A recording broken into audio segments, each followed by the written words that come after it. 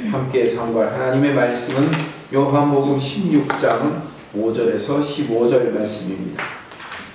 지금 내가 나를 보내신 이에게로 가는데 너희 중에서 나더러 어디로 가는지 묻는 자가 없고 도리어 내가 이 말을 함으로 너희 마음에 근심이 가득하여도다. 그러나 내가 너희에게 실상을 말하노니 내가 떠나가는 것이 너희에게 유익이라. 내가 떠나가지 아니하면 보혜사가 너희에게로 오시지 아니할 것이요 가면 내가 그를 너희에게로 보내리니 그가 와서 죄에 대하여 의에 대하여 심판에 대하여 세상을 책망하시리라. 죄에 대하여 하면 그들이 나를 믿지 아니하며 의에 대하여라 하면 내가 아버지께로 가니 너희가 다시 나를 보지 못하며 심판에 대하여라 하면 이 세상 임금이 심판을 받았습니다. 내가 아직도 너희에게 이를 것이 많으나 지금은 너희가 감당하지 못하리라. 그러나 진리의 성령이 오시면 그가 너희를 모든 진리 가운데로 인도하시리니 그가 스스로 말하지 않고 오직 들은 것을 말하며 장래일을 너희에게 알리시리라. 그가 내 영광을 나타내리니 내 것을 가지고 너희에게 알리시겠습니다. 물론 아버지께서 있는 것은 다 내 것이라. 그러므로 내가 말하기를 그가 내 것을 가지고 너희에게 알리시리라 하였노라. 아멘. 지난주까지 읽었던 요한복음 15장 18절에서 16장 4절까지의 말씀은 세상이 예수님을 미워할 뿐만 아니라 예수님에게 속한 우리도 같이 미워할 것이다 라는 말씀이 16장 4절까지의 말씀입니다. 그리고 오늘 본문 5절에 세상이 우리를 미워할 텐데 예수님도 어디로 가시겠다는 거예요. 지금 내가 나를 보내신 이에게로 가는데, 그러니까 제자들이 당황할 수밖에 없는 거죠. 6절에 보니까 제자들의 마음에 근심이 가득했다고 이야기합니다. 생각을 해보세요. 예수님을 3년 동안 쫓아다니면서 예수님만 따라가면 뭔가 일이 일어날 것이다 라는 기대감을 가지고 제자들이 쫓아다니는데 갑자기 세상이 예수님을 미워하는 것처럼 제자들도 미워할 것이다.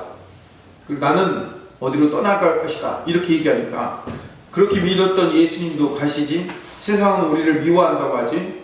그럼 우리가 왜 쫓아가는 거야? 라고 제자들이 두려우며 근심이 가득하게 된 거죠.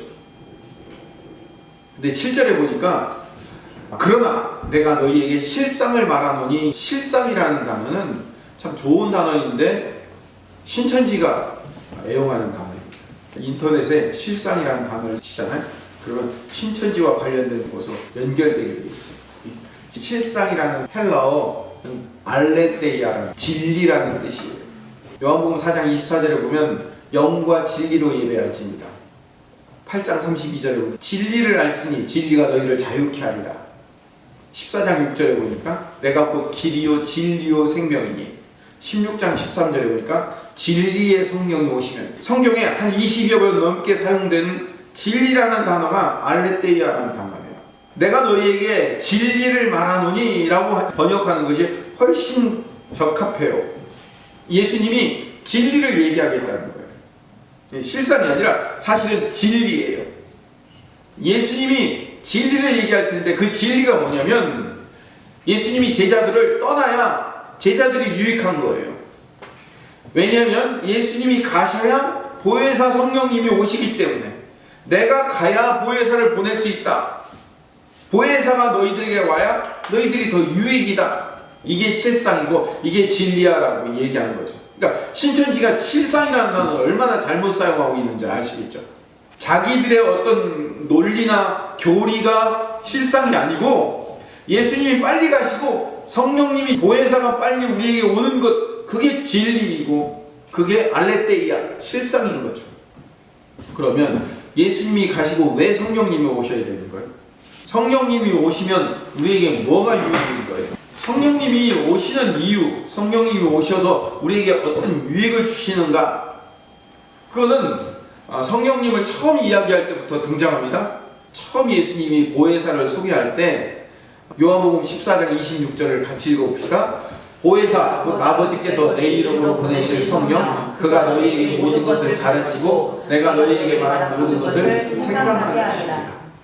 보혜사가 오면 모든 예수님이 하신 말씀이 생각나고 예수님이 하신 말씀을 깨닫게 된다는 이야기예요. 그 다음에 15장 26절로 가보면 내가 아버지께로부터 너희에게 보낼 보혜사 곧 아버지께로부터 나오시는 진리의 성령이 오실 때 그가 나를 증언하실 것이요. 누구를 증언한다고요? 예수님. 성령님은 예수님을 증언하시는 거예요. 예수님의 말씀을 가르치고 예수님의 말씀이 생각나게 하실 거라는, 이게 보혜사가 하시는 일인 거예요. 그리고 세 번째 오늘 본문이에요. 16장 8절에 그가 와서, 성령께서 오셔서 죄에 대해서, 의에 대해서, 심판에 대해서 세상을 책망하실 거라는 거죠. 책망한다는 게 무슨 의미냐면 세상이 뭘 잘못해서 심판받을 수밖에 없는지를 지적해 주러 오신다는 거예요. 세상은 결국 멸망할 수밖에 없어요. 세상은 멸망당할 수밖에 없는 거예요. 그 멸망당할 수밖에 없는 세상에서 예수님이 오신 것은 하나님의 백성인 우리를 건져내기 위해서 오신 거예요. 그러면 성령께서 오신 이유는 왜 이 땅이 멸망받을 수밖에 없는지를 설명해 주신다는 거예요. 세 가지로 설명해 주신다는 거예요. 첫 번째 9절에 보니까 성령님은 죄를 책망하러 오신 거예요. 우리가 죄 때문에 멸망당할 수밖에 없는 거예요. 성령님께서 오시면 우리 안에서 가장 먼저 죄가 드러나요. 예수 믿었을 때 우리에게 나타나는 가장 첫 번째 확실한 증거가 뭐예요? 죄가 깨닫게 되는 거죠. 회개가 되는 거예요. 성령님이 오시면 죄가 무엇인지를 아는 거예요. 회개를 하게 되는 거예요. 이게 성령님이 하시는 가장 첫 번째 역할이에요. 많은 죄 중에 가장 큰 죄는 예수님을 믿지 않은 죄, 하나님을 인정하지 않은 죄, 이걸 성령께서 깨닫게 하시는 거예요. 성령께서 내주한 사람은 이게 깨달아지는 거예요. 예수 안 믿는 사람은 이해가 안 돼요. 아니, 살인자도 있고 극악 무도한 범죄자들도 많고 전쟁광들도 있고 수백만 죽인 사람들도 있고 이런 범죄자들이 그렇게 많은데 왜 하나님 모르는 사람이 죄예요? 예수 안 믿는 게 왜 죄예요? 살인자, 극악한 범죄자보다 예수 안 믿는 게 더 큰 죄란 말이에요? 이렇게 따질 수밖에 없어요. 성령이 계시지 않으면. 그런데 성령님이 계시면 우리는 깨달아요. 죄 중에 가장 큰 죄가 뭔지 깨달아요. 예수님 안 믿은 죄, 하나님을 인정하지 않은 죄가 가장 크다는 것을 깨닫는 거. 이게 논리적으로 이해가 돼서 깨닫는 게 아니에요. 성령이 오시기 때문에 깨달으시는 거예요. 성령이 내주한 사람을 믿게 되는 거예요. 9절은 죄에 대해서 책망을 하시고 10절은 의에 대해서 책망을 하시는 거예요. 아니, 의를 왜 책망해요? 죄는 책망하는 걸 알겠지만 의를 왜 책망해요? 여기서 말하는 의는 예수 믿는 사람들이 가지고 있는 의, 하나님의 의를 이야기하는 게 아니라 세상 사람들이 말하는 의로움을 얘기하는 거예요. 세상 사람들, 너희들은 이게 의롭다고 생각하지만 하나님은 절대로 그게 의로운 게 아니야 라고 말씀하시면서 의로움을 책망하시는 거죠. 가장 대표적으로 의인이라고 자부하는 사람들이, 바리새인들이 의인이라고 자부했잖아요. 바리새인들이 자기들이 의인이라고 자부했지만 결국은 창조주의 아들 예수님을 십자가에 못 박았어요. 세상은 자기를 의롭다고 생각하고 자기들이 한 행동을 의로운 행동이라고 생각하지만 결국 자기들이 의롭다고 생각하는 행동으로 예수님을 십자가에 못 박고 말한 거예요. 예를 두 개 들겠습니다. 하나는 16장 2절이에요. 사람들이 너희를 출교할 뿐만 아니라 때가 이르면 무릇 너희를 죽이는 자가 생각하기를 이것이 하나님을 섬기는 일이라 하리라. 예수님과 예수님을 따르는 자들을 죽이는 일을 하나님 섬기는 일이라고 생각하는 거예요. 당연하게 생각하는 거죠. 그게 의로움이라고 생각하는 거죠. 대표적인 예가 사도 바울이 회심하기 이전에 사울이라는 이름을 갖고 있을 때, 그가 사울이었을 때 했던 가장 큰 일이 예수 믿는 자들을 쫓아가 잡아오는 일, 그리고 스데반을 죽이는 일에 앞장섰잖아요. 사도행전 8장 1절에 보면 스데반을 돌로 쳐서 죽인 다음에 사울이 뭐라고 했는지 아십니까? 사울은 그가 죽임 당함을 마땅히 여겼다고 얘기해요. 여기 마땅히 여기다라는 말의 헬라어가 슈뉴도케오예요. 슈뉴도케오라는 말은 마땅히 여긴다, 옳게 여긴다라는 뜻도 있고 의롭다고 여긴다라는 뜻도 있어요. 그러니까 사울은 스데반 죽인 일을 일을 의롭다고 여기는 거예요. 한번 생각을 해보세요. 바리새인들이 스데반을 사람을 돌로 쳐서 죽이는 일을, 아무리 잘못된 일이 있다고 사람을 내 손으로 돌로 쳐서 죽이는 일을 할 수 있을 것 같아요? 쉽지 않잖아요. 근데 그렇게 사람을 돌로 쳐서 죽여놓고 사울과 유대인들은 의롭다고 생각한 거예요. 우리는 의로운 일을 했다고 생각한 거예요. 마땅히 죽일 자를 죽였다고 생각해요. 성령께서 오셔서 이런 잘못된 의로움을 지적해 주신다는 거예요. 마지막 세 번째 11절에 성령님은 심판을 경고하고 오시는 거예요. 심판에 대해서 책망하시는 게 아니라 모든 책망의 끝은 심판이죠. 성령님은 심판을 경고하고 오셨어요. 이 세상은 죄와 잘못된 의로 말미암아 결국은 심판받을 것이다. 근데 뭘 심판하냐면 이 세상의 주관자라고 생각하는 세상의 임금을 심판할 거라는 거예요. 세상의 임금이 누굴까요? 세상의 공중권세 잡은 자, 악한 사단 마귀의 세력들을 심판하실 거라는 거예요. 그럼 정리합시다. 성령께서 오셔서 뭘 책망하신다고요? 죄를. 다음에 의롭다고 생각하는 잘못된 의를. 그리고 결국은 이 땅을 심판받을 수밖에 없다는 이 세 가지를 책망하러 오시는 분이 성령님이라는 거예요. 그렇게 성령께서 세 가지를 책망하신 다음에 결국 세상은 멸망당하고 심판받을 수밖에 없을 때 하나님이 예수님을 보내셔서 당신의 택함 받은 자만 따로 구원해내시는 놀라운 역사를 경험케 하시는 거예요. 그게 우리 하나님의 백성들, 예수님의 제자들, 성령의 사람들인 거예요.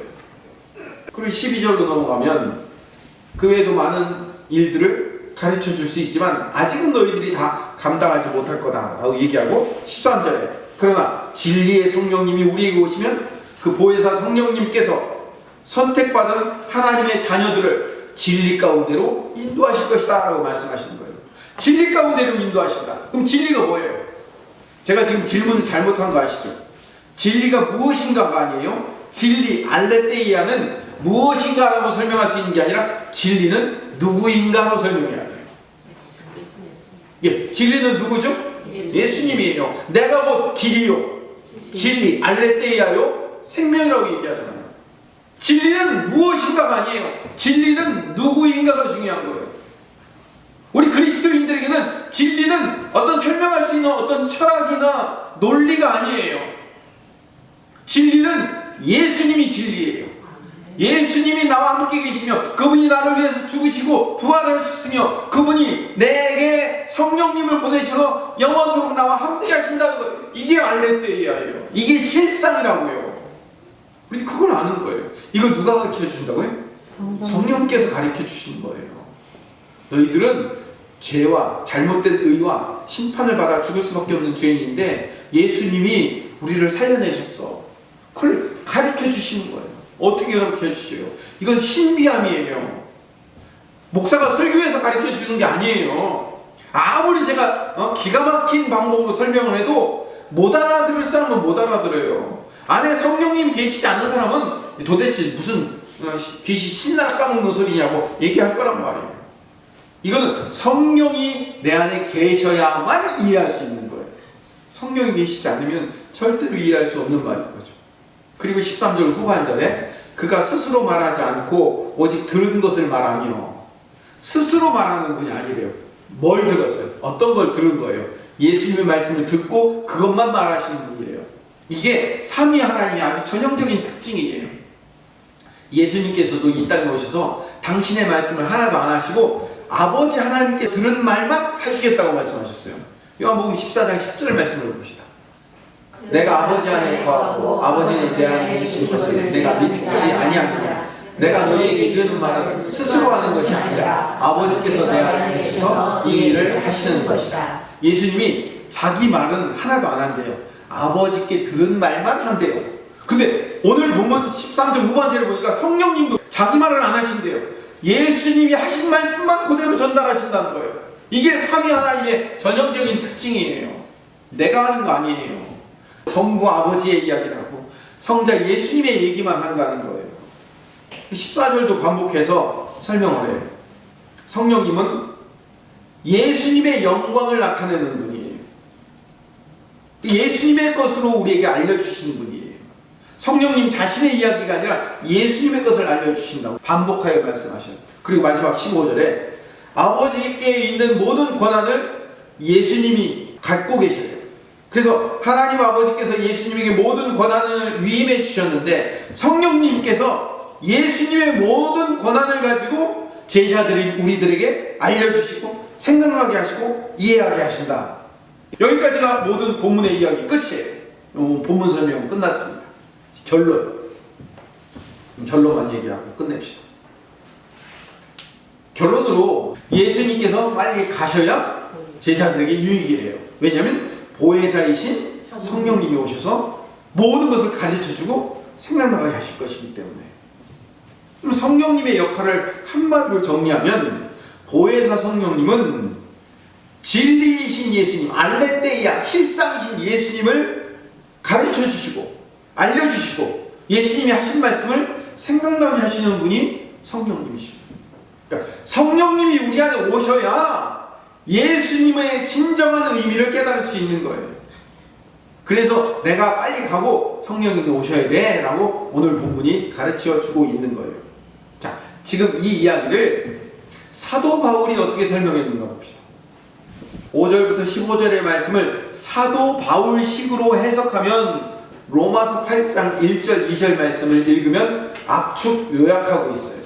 그러므로 이제 그리스도 예수 안에 있는 자에게는 결코 정죄함이 없나니 이는 그리스도 예수 안에 있는 생명의 성령의 법이 죄와 사망의 법에서 너를 해방하였음이라. 아까 성령님이 오셔서 뭘 책망하신다고요? 죄와 의와 심판을 책망하신다고 그랬죠. 죄와 의와 심판을 책망하시는 것을 사도 바울은 죄와 사망의 법이라고 표현합니다. 죄와 사망의 법이 우리를 끌고 들어가서 멸망당할 수밖에 없는 거예요. 이걸 성령께서 설명하러 오신 거예요. 그런데 놀라운 것은 그리스도 예수 안에 있는 생명의 성령의 법이 우리가 심판받아 마땅한 죄에 대한 심판, 의에 대한 심판, 그리고 모든 심판에 대한 책망에서 우리를 건져내 주셨다는 것, 해방시켜 주셨다는 것이 더 크고 놀라운 일인 거예요. 생명의 성령의 법이 죄와 사망의 법을 이겼어요. 생명의 성령의 법이 죄와 사망의 법을 누르고 우리를 건져내 주셨다는 거예요. 이게 놀라운 거죠. 다시 말합시다. 예수님이 성령이 오셔서 우리에게 하는 역할은 죄에 대해서, 의에 대해서, 심판에 대해서 책망하셔서 우리는 결국 멸망받아 죽을 수밖에 없는 죄인이라는 것을 알려주기 위해서 보혜사 성령님이 우리에게 오실 거라고 말씀하셨는데, 그러면 우리가 모두가 다 죽느냐? 우리가 모두 책망받아 심판받아 멸망당하고 마느냐?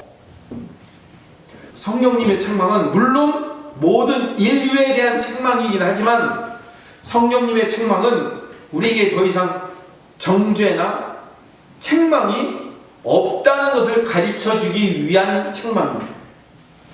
그리스도 예수 안에 있는 생명의 성령의 법이 죄와 사망의 법, 즉 죄와 의와 심판에 대한 책망에서 우리를 해방시켰다는 것을 가르쳐주는 거예요.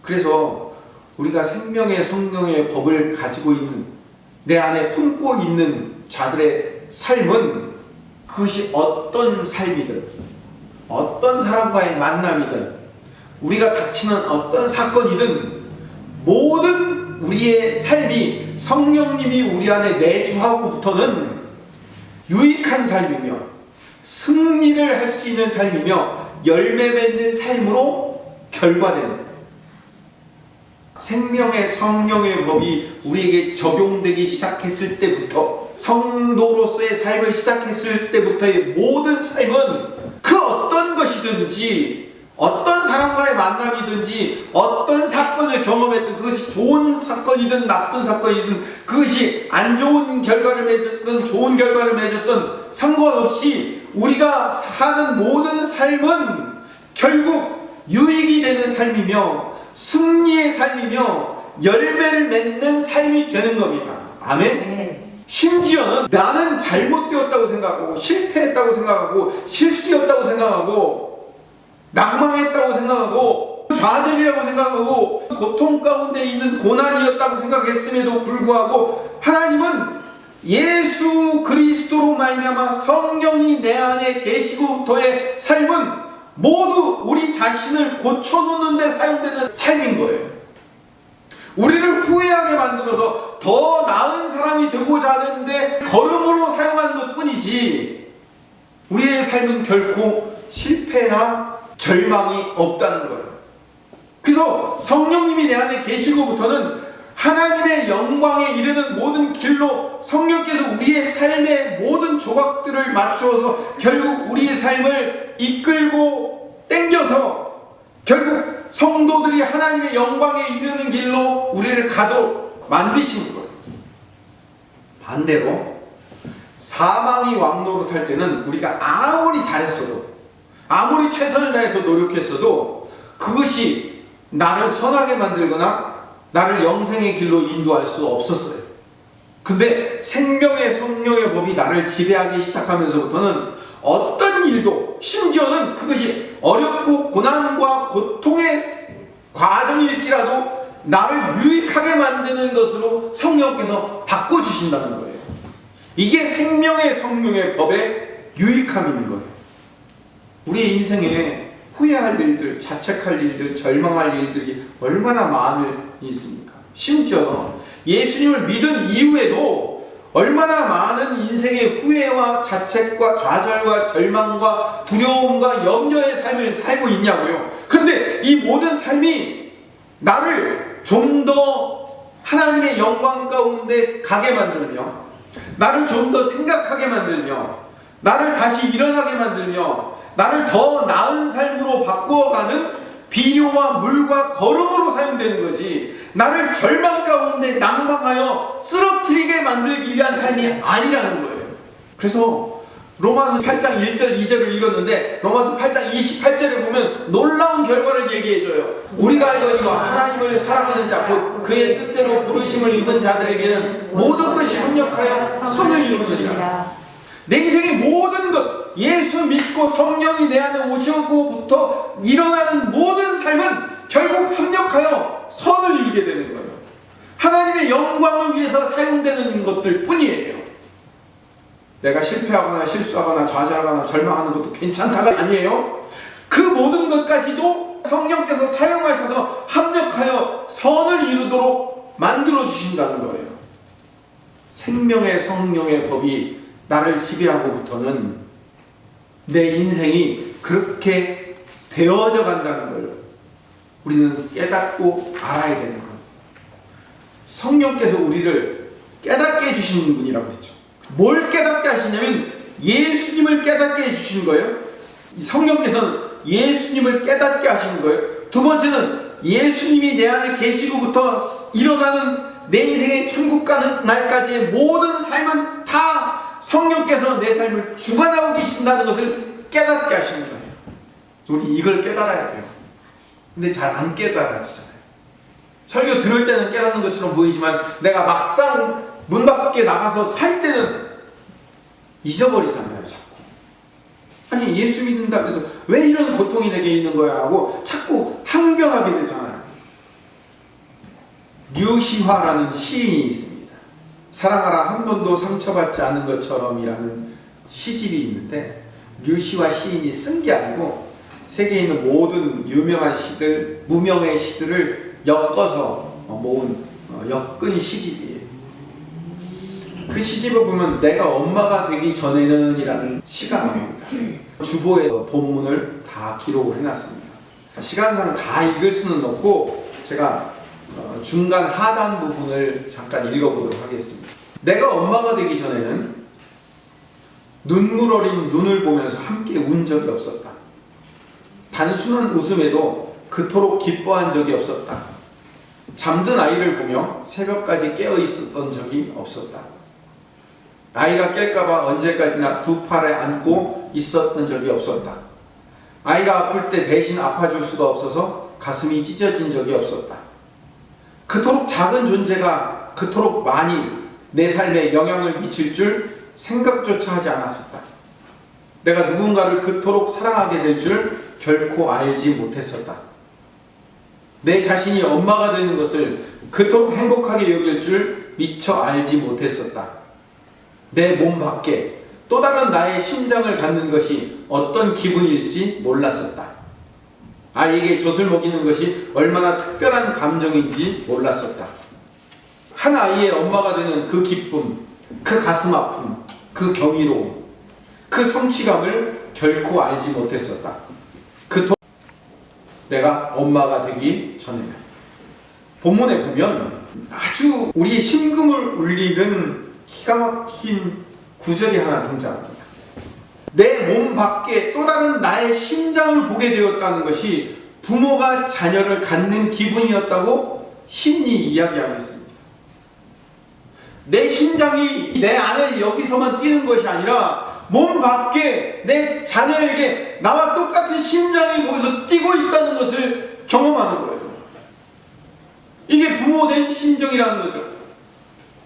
성령이 우리에게 오셨다는 것은 어떤 은사와 능력을 가진 어떤 능력 있는 분이 내 안에 오셔서 능력의 지팡이 하나씩을 탁탁 나눠주고 그 은사를 마음껏 휘두르도록 만들어주신 그 어떤 능력 있는 신적 영역을 가진 분이 내 안에 들어오셨다. 귀신 접신하듯 어떤 분이 들어오셨다라는 그런 의미의 차원의 이야기가 아니에요. 성령이 내 안에 오셨다는 것은 하나님이 우리를 극진하게 사랑하셔서 우리를 너무나도 사랑하셔서 당신의 아들 예수님을 십자가에 죽이실 뿐만 아니라 예수님의 영이시며 하나님의 영이신, 다시 말하면 하나님의 심장을 띄어서 당신의 사랑하는 피조물들의 마음 가운데 하나씩 박아서 그 심장들이 벌떡벌떡 뛰는 것들을 경험케 하신다는 거예요. 하나님이 당신의 사랑하는 자녀를 만들어내신 거예요.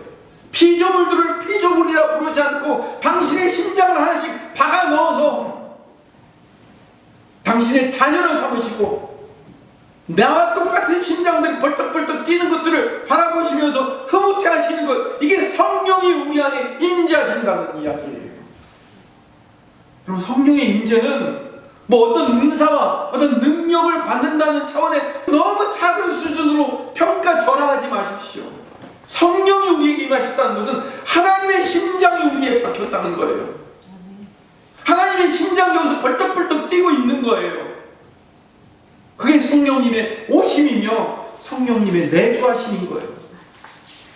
우리는 그렇게 성령의 심장, 하나님의 심장이 뛰고 있는 하나님의 자녀인 거예요.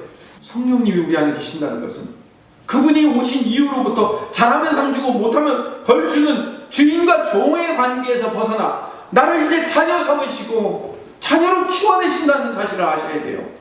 생명의 성령의 법이 지배한다는 것은 얼마나 놀랍고 엄청난 일인지를 깨닫는 거예요. 성령이 우리를 그렇게 깨닫게 해주시는 거예요. 지금도 저와 여러분 안에 그 성령님이 임재하는 줄을 믿습니다. 아멘. 그래서 가르쳐주는 줄로 믿습니다. 아멘. 뭘 가르쳐준다고요? 과거에 잘못하고 후회스럽고 창피하고 절망하고 있는 그 모든 사건들, 아우 창피해, 내가 이런 일을 했다니, 그러면서 두려워하는 그 모든 사건들이 그냥 후회와 창피와 절망으로 끝나는 것이 아니라 성령님이 그 후회와 창피와 절망으로 우리를 몰아넣어 책망하여 죽이신 분이 아니라는 거예요. 성령님이 우리에게 인생을 가르쳐 주시는 거예요.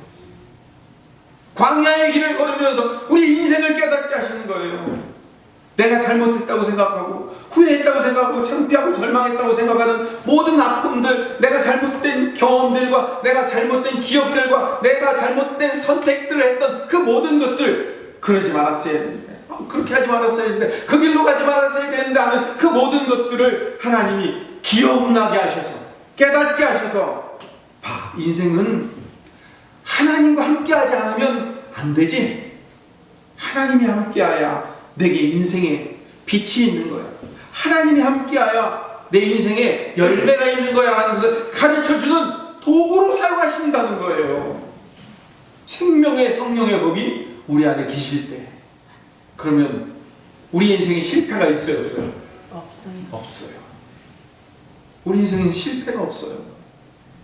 우리 인생의 모든 결정은 잘못된 결정이 없어요. 설사 나는 잘못된 결정을 했다 할지라도 하나님은 그 잘못된 결정까지 사용하셔서 하나님의 일을 이루시는 걸음이며 비료이며 물로 사용하신 거예요. 여러분, 그걸 깨닫는 거예요. 이걸 깨닫는 게 이게 성령님이 깨닫게 해주신다는 거예요. 제가 말을 해서 깨달아지는 게 아니에요. 요한복음 15장에 포도나무 장에 예수님이 말씀해 주시잖아요. 가지가 나무에 붙어있지 않으면 열매를 못 맺는다. 아무리 말로 설명해 준다고 해도 이게 이해가 가냐고요? 안 돼요. 근데 성령님이 어떻게 가르쳐 주셔야 돼요? 우리의 삶에서 살다 보면 넘어지고 쓰러지고 좌절하고 내가 내 머리, 내 계획, 내 방법으로 열심히 생각해서 가봤는데 그 길이 아니다. 아까 거기가 맞는 길이요. 그러면서 이거 하나님이 결정해 주지 않으면, 하나님이 함께 하시지 않으면, 하나님과 같이 발맞춰 가지 않으면 아니구나, 안 되는 거구나 깨닫는 거예요. 그 다시 돌이켜 주님과 함께 같이 걸어가는 거예요. 그렇게 만드시는 분이 성령님이셔요. 그래서 결국은 내 인생에 풍성한 열매와 성공과 기쁨과 감격과 평안으로 나를 인도하시는 분이라고. 근데 이거를 늘 성공과 열매로만 가르칠 수가 없어요. 그렇죠? 우리 자녀들이 키워 나가는데 늘 1등만 하고 우리 자녀들이 자라나는 건 아니잖아요. 때로는 꼴찌도 할 수 있고요. 때로는 넘어질 수도 있어요. 아이들 키우다 보면 아이들 거짓말 막 하고 있잖아요. 그렇죠? 넘어질 때도 얼마나 많아요. 실수투성이잖아요.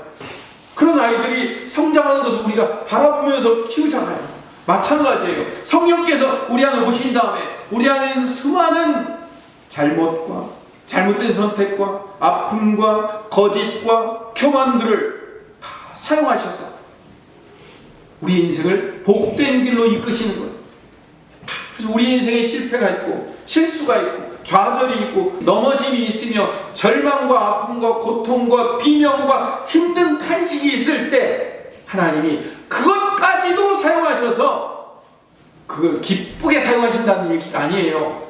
그것까지도 사용하셔서 하나님 당신의 백성의 자녀와 백성으로 만드시는 도구로 사용하시는 거예요. 여러분의 자녀들이 늘 실패하면서 배우기를 원하십니까? 그렇지 않죠? 하나님도 마찬가지예요. 우리가 늘 실패하면서 배우기를 원하지 않으셔요. 그러나 우리는 연약하기 때문에 실패할 수 있고 실패해요. 근데 우리를 그 실패까지도 사용하시는 성령님이라는 사실을 배우는 거예요. 우리는 그걸 배워야 돼요. 이게 기쁨이, 이게 희망이, 이게 소망이라고. 성령이 우리를 그렇게 가르쳐 가신다.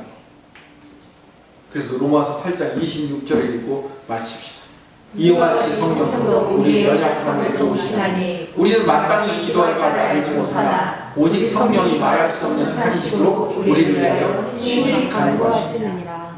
성령께서 우리의 연약함을 도우시고 계셔요. 말할 수 없는 탄식으로 우리를 위해서 기도하고 계시는 거예요. 여러분이 여러분의 자녀들을 위해서, 여러분들의 그 안타까운 문제 해결을 위해서 말할 수 없는 탄식으로 기도하는 것처럼 성령께서도 부모의 마음을 가지고 말할 수 없는 탄식으로 여러분들 위해서 간구하고 계시는 거예요. 그래서 우리 인생 전체가 하나님 앞에 드려지는 예배가 되도록 우리를 이끌어 가시는 거예요. 우리가 날마다 쉬지 않고 기도하고 범사에 감사한다고 해서 우리가 24시간 365일 교회 문 활짝 열어놓고 우리가 24시간 기도하는 게 우리의 예배가 아니에요. 물론 우리의 기도, 찬양, 말씀 이것도 예배이기 때문에 중요하지만 그거는 예배의 아주 그 일부분에 불과하고 우리 예배라는 것은 인생 전체가 예배인 거예요. 24시간 먹고 싸고 일하는 모든 삶이 다 예배인 거예요. 내가 살아가는 삶 전체가 예배예요. 그 삶 속에서 성령께서 내 인생을 끌고 가면서 배우게 하는 거예요. 가르치는 거예요.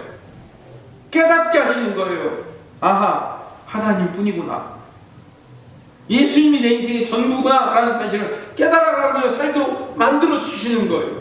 절대로 헤어나올 수 없을 것 같은 아픔이나 이길 수 없을 것 같은 절망이 우리를 결코 넘어뜨리지 못합니다. 성령이 우리와 함께 하시거든요. 창조주의 영이 나와 함께 하시면 내 안에 계신데 누가 우리를 무너뜨릴 수 있어요?